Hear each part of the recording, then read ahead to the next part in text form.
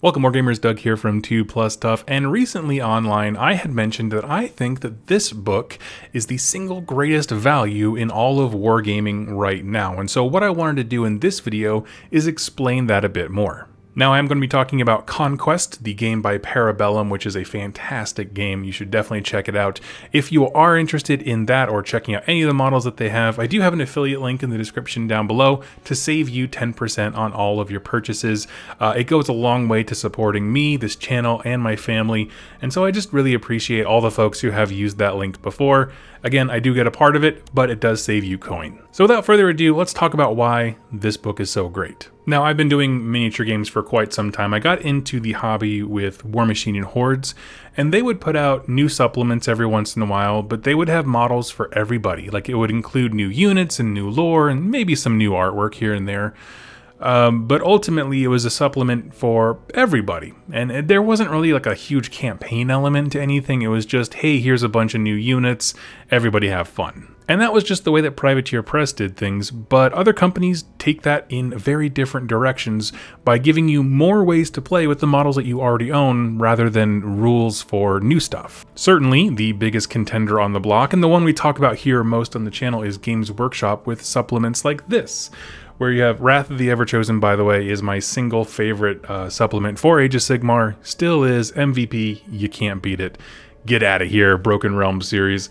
This book is fantastic because it came with a really great story arc. There was lots of cool art in here, and then there was just stuffed with ways to play the story you just read about, as well as a whole bunch of supplementary rules for the various sub-factions in the army to allow them to represent the forces that were in here. But there is a downside to things like this.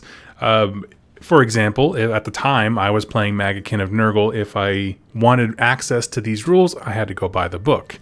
If you are someone who doesn't play any of the factions covered here, you had no reason to buy the book outside of the story and the art. It didn't offer you much. The campaign system is very limited in that it restricts you to kind of the forces that are represented in this particular story.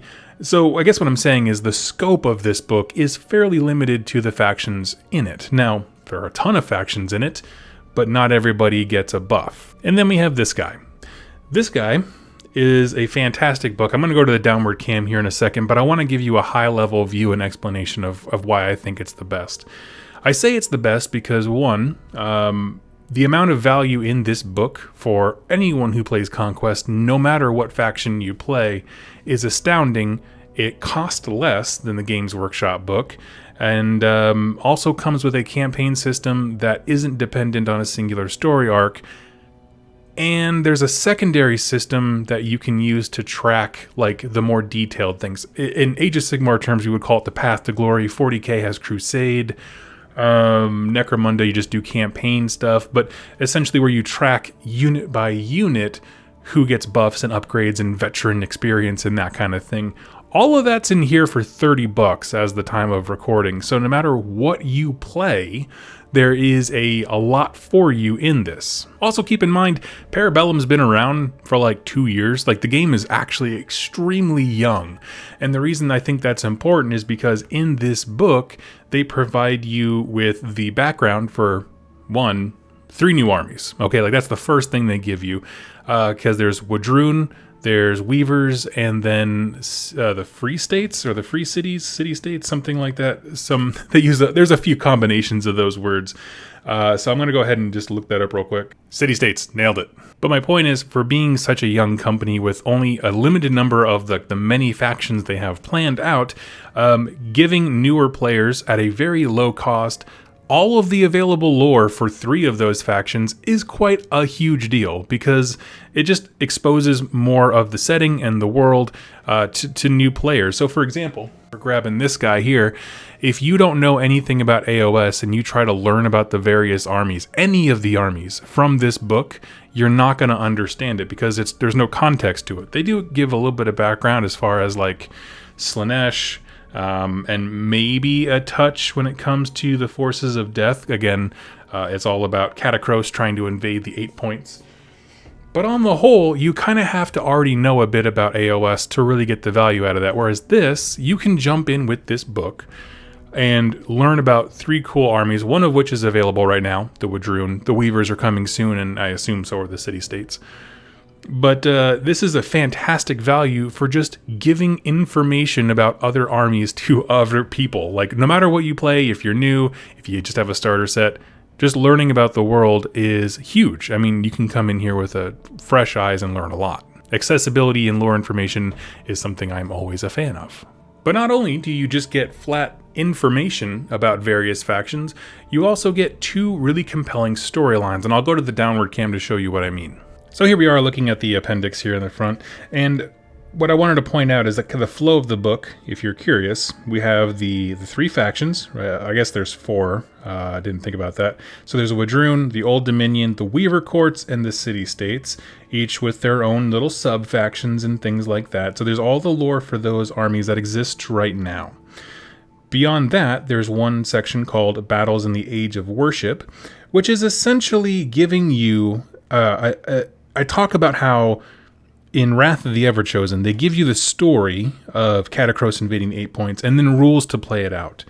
In this, there are 2 different sections, the Exile campaign and the Last Battle of the Fall. These are your stories of how the events went down, and we'll get to the rules of how to recreate them in a minute, but these are essentially those things. You get 2 full campaigns worth of narrative to be able to see the armies you're learning about in context. The Last Battle of the Fall would involve the Old Dominion. The Exile campaign is going to involve obviously the Weaver Courts and the Spires and things like that. All these guys show up there eventually. But my point is, you get lore for factions. You get lore to put those factions into context of the setting. And then we move on to something called the Living Campaign, and that's where I want to kind of hit the next beat. Again, there's 4 things in this book that are incredible. Faction lore, main setting-wide lore, you have a campaign narrative, which I'll get to, and then the campaign rules. So there's those 4 major pillars of what's going on. Let's talk about the Living Campaign. Okay, so we've read up on our different armies. We have seen historical battles, so we can understand kind of the setting and have them in context. But the Living Campaign is a bit different. You see, I did a video a while back on how Para Bellum does their lore writing. Essentially, they come up with a few characters and then let fans decide what happens. So as I have mentioned before, when it comes to how Para Bellum does their lore, this is on their main website. It's called The Living World. You can see the URL up there. And essentially, you can come into this and you get a 3-dimensional map. Sorry, not 3-dimensional, but a searchable, is what I meant to say, map. And you can click on each of these characters, and it'll give you some background about them.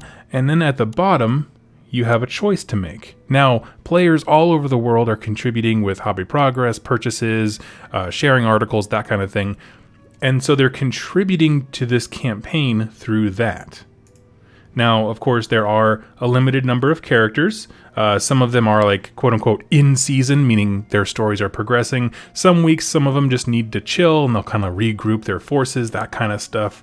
So there's a lot of different, mechanisms they can use to advance some stories over the other. But the reason this is important is because this is us as a community worldwide moving a story forward. The reason that it matters when it comes to this book is that it is a perfect way to invite new players into this ongoing story. The Living Campaign of Rissmark, which is what we're just showed online, this is going to introduce you to the various main players and characters and armies of the current season. So you can learn about the accolades and the epic deeds of the people that you can then make choices for online. So in terms of introducing a new player to the setting, again, you get your faction lore, you get historical information, and now you are being introduced more to the current timeline with, and this is a big thing, the ability to affect events in the future. There's no better way to bring new folks in than that. And of course, there's a few sections here that are talking about different areas, just kind of showcasing the region. Here's the map we just saw online. And so you can kind of follow along and get used to this little slice of the planet, Ea, as things are developing. And at this point, we start to transition from, just learning general lore things into how do we bring it to life? All right, how do we play out some of these things? Well, rather than going with specific missions, meaning actual like deployment and objectives that are representative of historical things, they give you kind of an open, field to create map campaigns with folks either online, or you can do it obviously in person at your game store. I've seen a lot of online stuff just because you don't have to actually be there in person to contribute. You can play your games and then tell them how it went, kind of a thing. But it gives you instructions on creating your map campaign. So they just took that same slice of the continent and put a hex grid on there. And then they just show you a different example of the hex grid with more hexes so you can have a larger group. That's all. I'm going to breeze through this just a smidge. And then we come to the campaign thing. Now, essentially what you're doing is you're claiming territory as you go. You start with one hex, you can then expand from, any connected hex, and your forces grow. You're trying to protect your home base, whatever that is, and just kind of keep pushing and conquer as much as you can. There are a few different, you could say, win conditions. It could be number of games, it could be an amount of time, it could be the most battles won, that thing, and that's up to your group. They kind of give you several ways to end the game or the campaign. We'll talk about those in a sec. So you get your, essentially, here's how you set up and determine your area of control. One thing I like is that the campaign really does represent the factions involved. So this is what I mean. If you're a Nord player, you would know that the Nords are very much like a Viking-esque raiding tribe. So they're not going to have their base in the deep forest. You have to put your first hex along the coast, as in the army invaded from up here. And I think that's a really wonderful thing. There's all kinds of rules regarding where the Dwagholm and the Wadrun and the Spire can go. All of that is very simple. They just basically use like, hey, you have to be south of this place. So it's just there down. So there's still a lot of options. They just kind of guide you to having a more thematic starting location, which I really do appreciate. Each of these hexes has a little icon here, and it's just all those icons mean is this is what should be the dominant terrain on the table. If you're in the woods, forests. Forests have their own special rules associated with them. If it's marshlands, use a lot of difficult terrain. Mountains, a lot of elevation. That's all. It's just telling you this is what your battlefield should generally look like. And then one of the options is mystical, and that's essentially saying you don't know what the terrain does until you walk up to it, and then you roll on a chart. That's all there is to it. Pretty simple stuff. When it comes to actual gameplay against one force to another, there's not a massive amount of difference, although you can deploy your forces very specifically. So, for example, your faction has 3,000 points. You can send 500 this way, 200 that way, and divvy up your army like that, if you wanted to. When it comes back to your settlement and that kind of thing, essentially you can then build it piece by piece. So you can build infrastructure like barracks, which lets you have 500 more points to your overall list. You can have resource silos, which allow you to do all kinds of cool special abilities for the campaign. And essentially it breaks it down into phases, which is just consolidating, planning, and command. The way that functions is essentially, it's kind of like a pre-game, post-game type thing for other campaigns. It just walks you through. You just go step by step. Here's how you set up your force. Here's how you use the resources you gain. Here's how you determine what you have for the next game. So it's very simple. It looks like a lot, but the truth of the matter is you're going to be walking through this together as a group. Don't worry about it. It'll go real quick. All those aftermath sequence things, they look like a lot, but then the second you start reading it, it's just yes or no questions, and you just kind of rack up your points from there.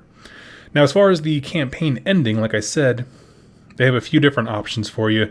Number of rounds, victory points, or a story-driven event, which I think would just definitely be the coolest. And they do really support the GM. They do recommend having one player be functionally the GM. You can still play and participate, you just can't win. That's all that means. And you just need someone who you can all agree upon, hey, when this guy, mediates a dispute in rules, His word is law. That's all it is.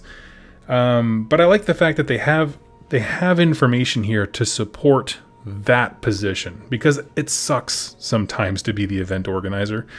But they just give you some pointers as far as map size, number of players, what happens when someone forfeits, as far as experience, or how to bring new players in and kind of get them up to speed, all that kind of stuff. This section right here, as far as how to divvy out a map, how to claim territory, and how to push against each other to basically fight for the fate of a location, is all one campaign system that is very, very straightforward. Any army works with it. Any army in the future will work with it, because so much of it is pre and post battle and has to do with how you and your group set the system up. It walks you through all of it. There's really not much to say.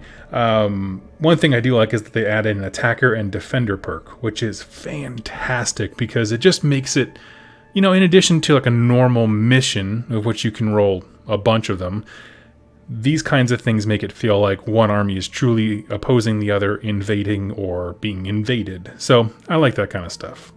But let's talk about the secondary campaign system, because the reason I said this is the best value in wargaming is this campaign is fantastic if you're running a club. The next one is fantastic if you are looking to tell a story. Okay, and that's my jam, right? Of course. As we're talking all about, Age of Sigmar Path to Glory and how units level up and that kind of thing, this is no different. Essentially, in Legends, you're going to keep track of your army, and they call it your payroll, which is basically what you can afford to buy. It's your points.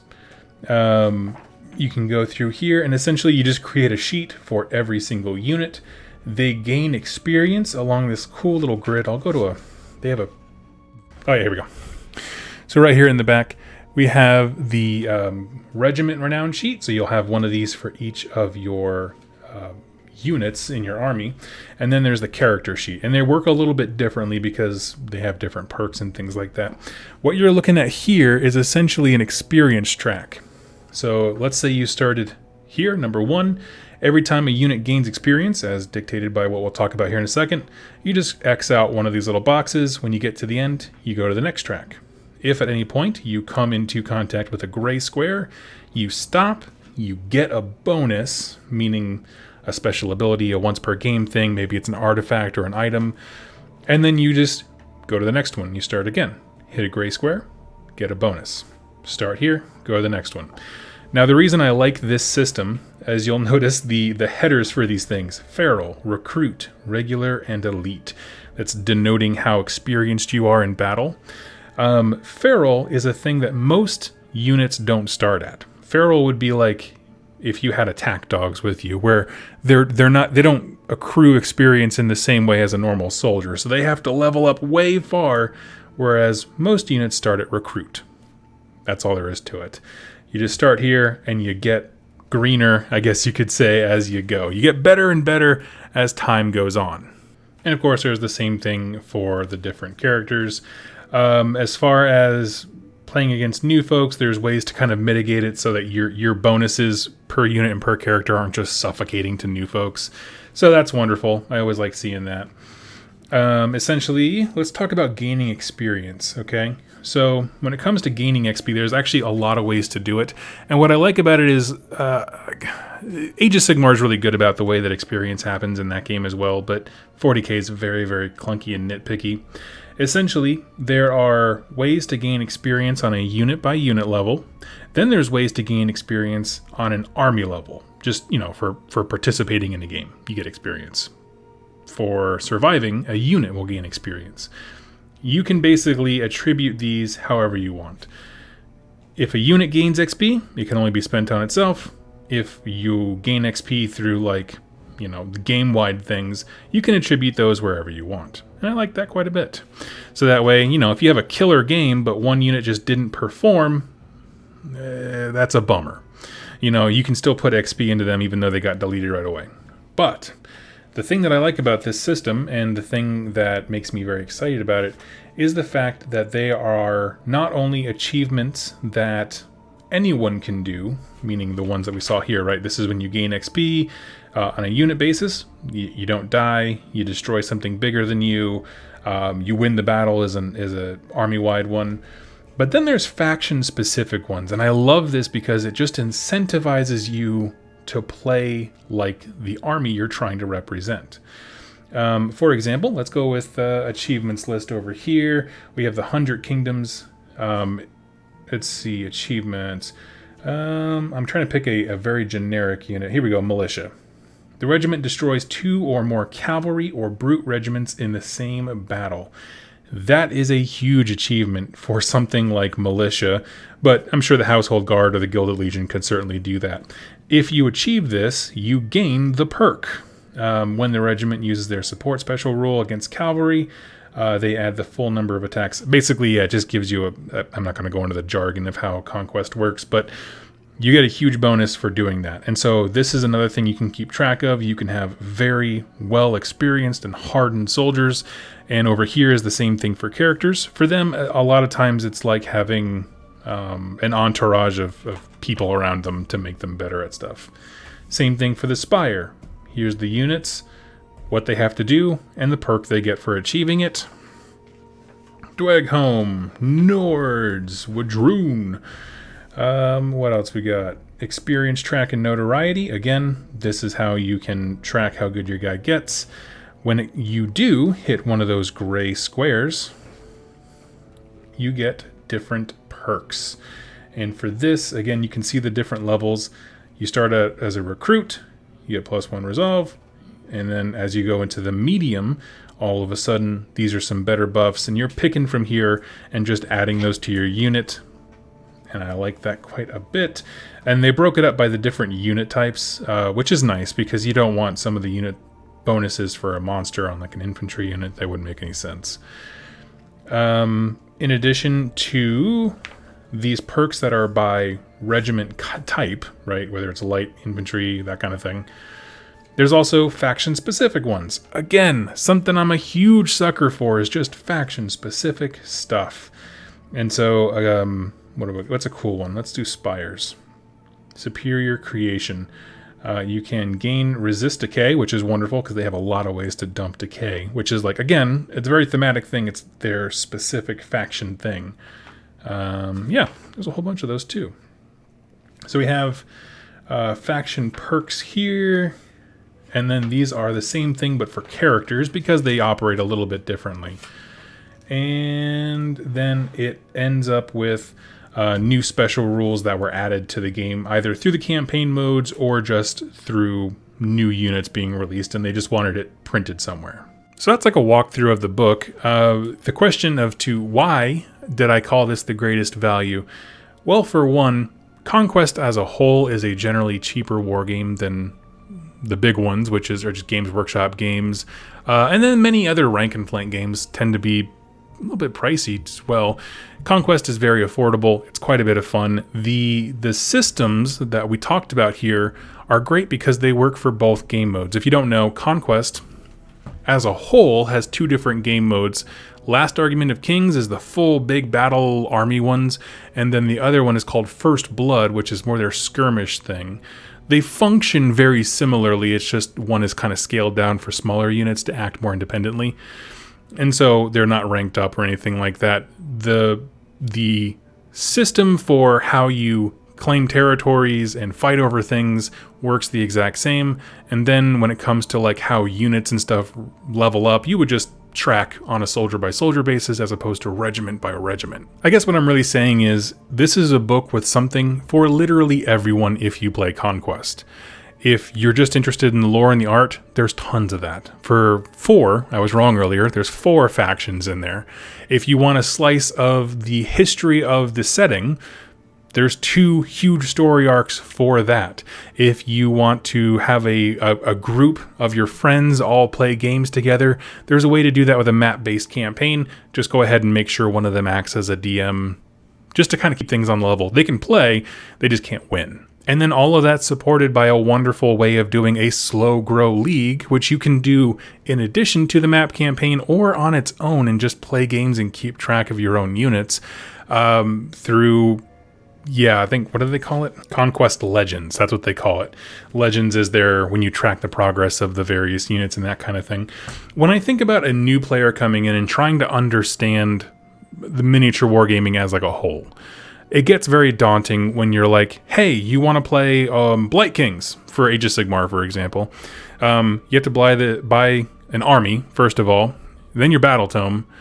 And then, if you want access to all the rules, you have to buy this book, Wrath of the Everchosen, which comes with some cool Blight King rules in it.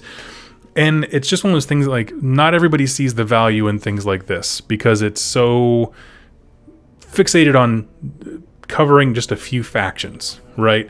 A few factions, and you have to play the missions out in a very specific way because they're representing a very specific story. Whereas with Conquest, this is probably the most newbie-friendly book or supplemental material I've ever seen because you get information along with existing players, information for the lore behind the new factions and the history, and then you also get a way to get you into a gaming group by joining a map-based campaign. And then, hey, if you want to go like a story element and go a step further, there's the Legends thing system for that, and that could be used as a great tool for slow grow leagues to start a community, as well as the other material for bolstering an existing one. There's not a single army that doesn't gain something super interesting or unique from that supplement, and it's $30. $27 if you use the link down below. So anyway, friends, that is the Conquest Campaigns, Chronicles, and Legends book. I am very excited about it. I hope that you are picking this up and taking a look.